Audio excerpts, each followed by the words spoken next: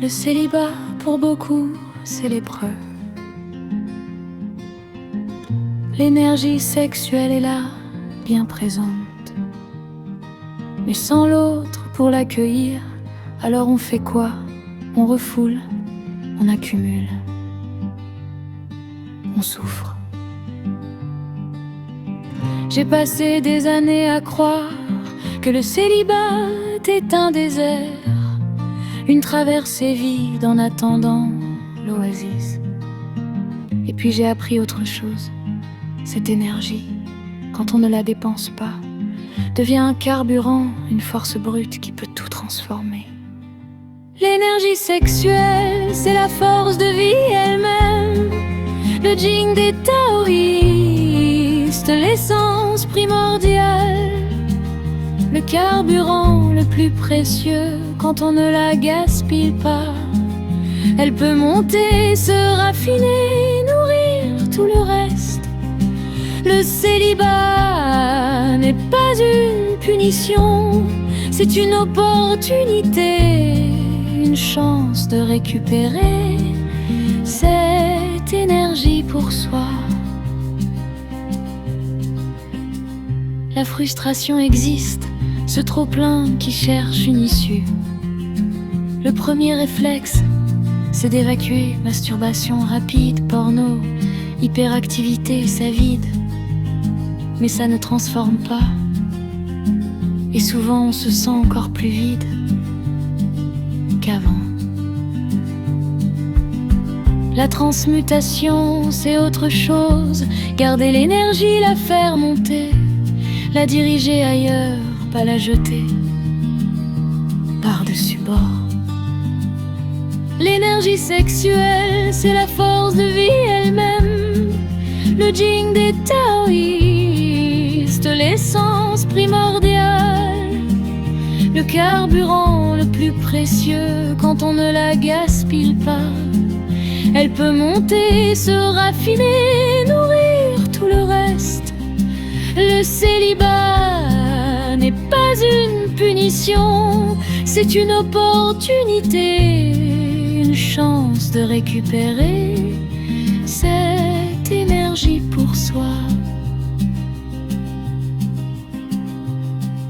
Le sport, premier alchimiste, bouger fait circuler, pas pour s'épuiser, mais en conscience, sentir l'énergie monter des jambes, du bassin, se répandre dans tout le corps.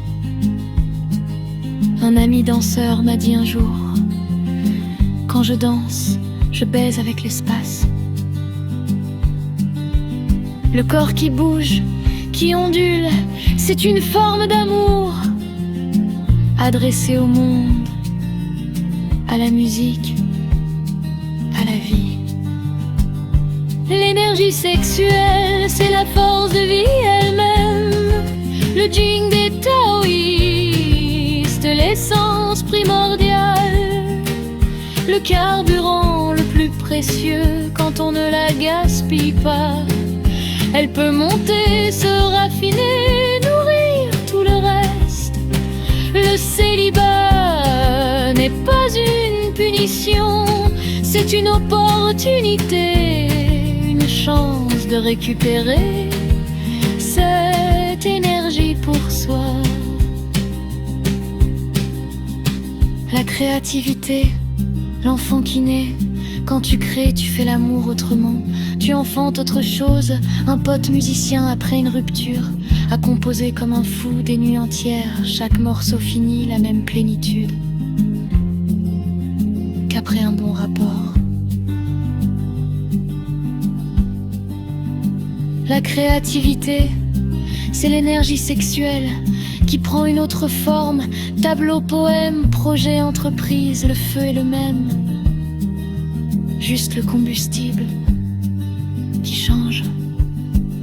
L'énergie sexuelle, c'est la force de vie elle-même, le yin des taoïstes, l'essence primordiale, le carburant le plus précieux quand on ne la gaspille pas. Elle peut monter, se raffiner, nourrir tout le reste. Le célibat n'est pas une punition, opportunité, une chance de récupérer cette énergie pour soi.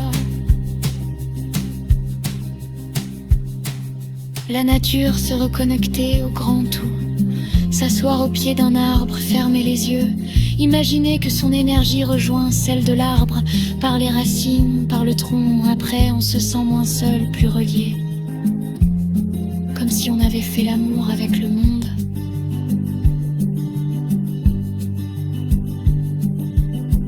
Le service, l'amour qui se donne, l'énergie qui cherche à se donner, on peut la donner ailleurs à quelqu'un qui en a besoin, pas sexuellement, mais humainement.